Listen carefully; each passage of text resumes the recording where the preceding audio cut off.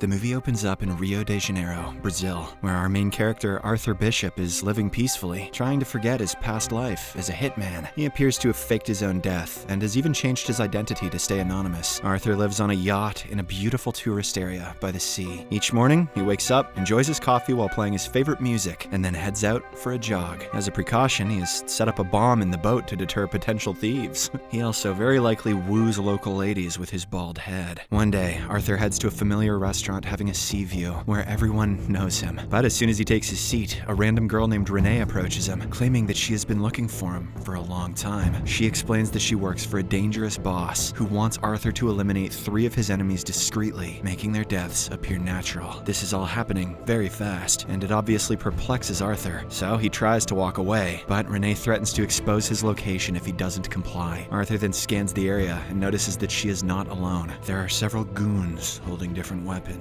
When Renee tries to take a picture of him, he quickly snaps a photo of her instead, catching her off guard. Celebrities should do that more often. Things escalate and the girl pulls out a gun, but before she can use it, Arthur pushes the table towards her, restricting her movement. All the goons also attack Arthur at the same time, but since he is the protagonist, he beats them all without even breaking a sweat. Feeling outnumbered, he then seizes an opportunity to escape by jumping on the roof of a passing sky tram. God damn, that escalated fast. However, Renee and her men follow suit, trying to shoot him from inside the tram. Renee even attempts to climb up to him, but before she can do so, Arthur decides to make a daring jump onto the back of a hand glider to successfully evade his pursuers. When night falls, he returns to his boat, only to find suspicious men inspecting it. This prompts him to activate the bombs he had strategically placed for emergencies. As a result, the expensive yacht explodes, and the threats are immediately nullified. Afterward, Arthur proceeds to an old container, where he stashes his weapons and tools, including forged passports and mobile phones. He then takes some money with him and relocates to a secluded island in Thailand. There, he reunites with his friend Mai, who generously allows him to stay in his old hut, which had been untouched for years. After Mai leaves, Arthur enters his room and opens a part of the wooden floor, beneath which he had hidden more weapons and tools. Determined to protect himself and find out more about Renee, he begins investigating her through a secret system. Soon, he uploads Renee's picture he clicked earlier and uncovers her ties to a dangerous criminal named Crane, someone with whom Arthur has a dark history. The following day, a beautiful woman named Gina enters Mai's beach resort, seeking first aid supplies for her bruises. Mai notices the injuries and inquires about them, but Gina doesn't say a word and leaves. That night, Mai hears screams coming from a nearby boat and witnesses Gina being violently mistreated by a man called Frank. Goddamn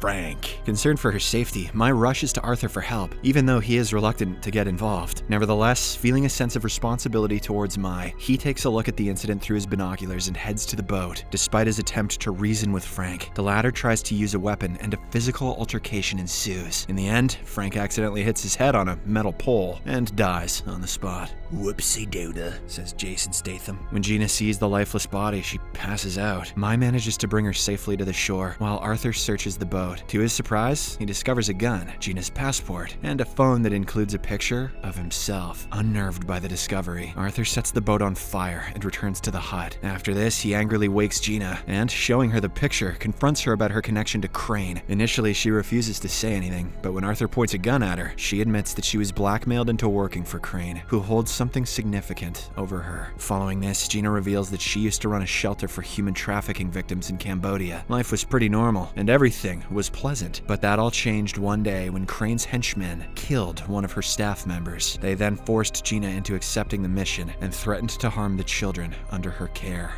Things were so simple when I was just trafficking humans. The next day, Arthur notices a boat nearby with some men observing the shore. He suspects that they must be sent by Crane to keep an eye on Gina's mission. To throw them off, Arthur and Gina pretend to be a couple by engaging in traditional Thai customs. As the evening progresses, Gina apologizes to Arthur for entangling him in her dangerous predicament. At the same time, Arthur shares his own painful history, revealing that he was once an orphan sold to a gangster who trained child soldiers. He mentions that Crane was with him during those dark times, and they were very close to each other. However, when the going got tough, Arthur fled the scene, leaving his friend behind. Arthur believes that this is the reason why Crane is trying to exact revenge on him. As the two continue sharing their life stories, their bond grows stronger, and they end up boning hard. After reassuring Gina of her safety, Arthur reveals his plan to take down Crane and promises not to carry out the 3 kills as demanded. Instead, he intends to eliminate Crane himself. In a heartfelt gesture, he gives Gina his father's watch, a precious memory from his past, and asks her to take care of it till he returns. However, their plans take a sudden turn when a group of policemen suddenly arrive at the beach, and one of them is identified as Crane's man. Arthur tries to fight them off, but this time he's overpowered, and Gina is eventually abducted. To save her, he agrees to meet with Crane, and they finally come face to face after all these years. The bad guy then gives Arthur a daunting ultimatum. To free Gina, he must execute 3 kills while making them appear natural. The first target is Krill, a notorious arms dealer imprisoned in Malaysia under tight security. To prepare, Arthur obtains explosives disguised as chewing gum, shark repellent in a skin cream tin, and a hidden capsule in a cigarette. He also creates a fake ID and adopts the guise of a wanted criminal. Afterwards, as he walks on the streets of Malaysia, the police officers take him into custody and send him to prison. Once inside the Malaysian prison, Arthur gathers intel on Krill and discovers that his henchmen constantly shadow him due to the numerous threats on his life. Arthur cleverly steals a knife from a prisoner during lunchtime and later intervenes when a former henchman attempts to assassinate Krill, saving his life. Why didn't he just let him die and say he did it? Impressed by his actions, Krill invites him to dinner, agreeing to leave his men outside. Arthur takes full advantage of this opportunity and executes Krill. He then stages the whole thing as if the man committed the unthinkable. To escape, Arthur distracts Krill's men, telling them not to disturb Krill as he's praying. He then turns on the security alarm and creates a hole in the prison wall with the explosive gum he brought. He also swallows the tracking pill given by Crane and uses shark repellent to jump into the water unnoticed. After successfully evading capture, he rejoins Crane's men on a fishing boat, who were waiting for his arrival in the middle of the ocean. 1 day and 2 to go, chaps. In the next scene, Crane provides video proof of Gina's safety and assigns the next target, Adrian Cook, a human trafficker in Australia. He also provides him a time limit of 36 hours to eliminate the target. Without wasting any time, Arthur conducts thorough surveillance and learns that Cook's penthouse is heavily fortified, except for a cantilever pool extending over the streets. Arthur then devises a plan to infiltrate Cook's penthouse from below. For this, he disguises himself as a millionaire and schedules a meeting with the realtor of the building. Arthur pretends that he is interested in buying an apartment, which is right below Cook's penthouse, and when the realtor is distracted, he makes a copy of the keys. The following day, disguised as a professional technician, Arthur sets out on his mission. Using his duplicate key, he gains access to the apartment that the realtor showed him earlier and opens up a glass shield to climb up to the swimming pool. Soon, he reaches under the pool, drills a hole, and sets up a special explosive there. At the same time, Cook jumps into the pool for his regular swim. He suddenly spots Arthur. Nice day for a dip, love. But before he can call for help, the glass breaks, leading to his demise. Meanwhile, Crane witnesses the incident on the news and smiles, appreciating Arthur's genius. Later, during a video call, Gina cleverly provides Arthur with information about the boat's hull number she is captured in by positioning herself near a window. The latter then calls the boat company and traces its location using the number. After getting the exact location, he hires a helicopter and flies there, carrying a bag of equipment. In the next scene, Arthur stealthily enters the boat and kills the guards one by one. However, he is eventually captured while trying to rescue Gina. After a while, Crane shows up and warns him to never try this again. If he does, Gina will immediately be shot dead. Next, Arthur is assigned his final target, Max Adams, an American arms dealer with a heavily guarded fortress. After a bit of searching, our hero discovers that Crane is using these kills to eliminate his competition in the arms trade, prompting Arthur to have his doubts about the mission. You mean to tell me that by helping him, I'm helping him? Fuck! However, he proceeds with his plan. Arthur shoots one of Adams' guards from a distance, then hides in an emergency helicopter to reach Adams' fortress. Inside, he disables security cameras with a jammer and skillfully takes down the guards. As the building goes on high alert, Adams is escorted to his panic room, but Arthur delays them with elevator malfunctions. Surprisingly, when Adams reaches his room, Arthur proposes an alliance to take down Crane. He somehow convinces Adams to cooperate, and they start their plan by faking his death. Sometime later, as Adams is inspecting his submarines, a well-planned bomb explodes there, causing him to drown. Fortunately, Arthur is prepared underwater, and he swiftly comes to Adams' rescue. Sharing an oxygen tank, he safely guides him away from the explosion to the nearest beach. Meanwhile, Crane witnesses the incident on television, and news reports declare Adams buried underwater due to the explosion. In the aftermath, Arthur contacts Crane over the phone, claiming responsibility for the third kill. However, Crane remains doubtful until he sees concrete evidence of Adams' death, and requests to see his target's dead body first. In response, Arthur urges Crane to visit Adams' submarine and find his dead body there. Eager to confirm the kill, Crane orders his men to locate Adams' body and to take care of Arthur once and for all. Arthur sets up a series series of lethal traps. As Crane's henchmen descend one by one, they find themselves falling into the cunningly laid traps, or becoming victims of Arthur's stealthy approach. With each passing moment, Crane becomes increasingly aware that Arthur poses a significant threat to his plans. Realizing that he is the next target, Crane resorts to using Gina as bait, placing her outside on the boat to lure Arthur. As our hero approaches underwater, he notices Gina standing near the helipad. He then launches a ruthless assault on Crane's guards, killing them one by one. Gina also tries to help, but becomes injured during the scuffle. Seeing this, Arthur quickly secures her in an emergency release pod to ensure her safety.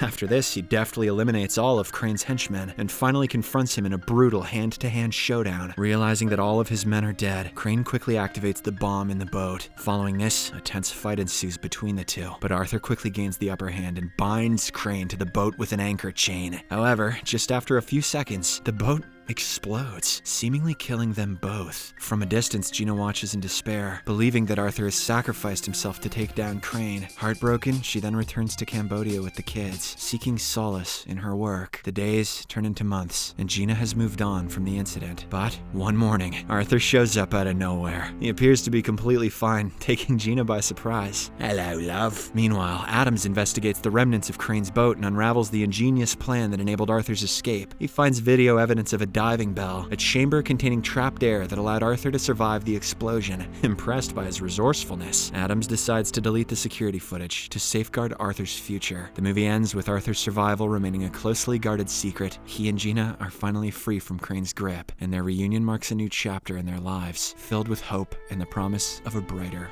future. Hello, love. Hello, love. Hello, love. Hello, love. Subscribe for more videos like this. Turn on notifications and leave a like to help the channel out. Thank you for watching.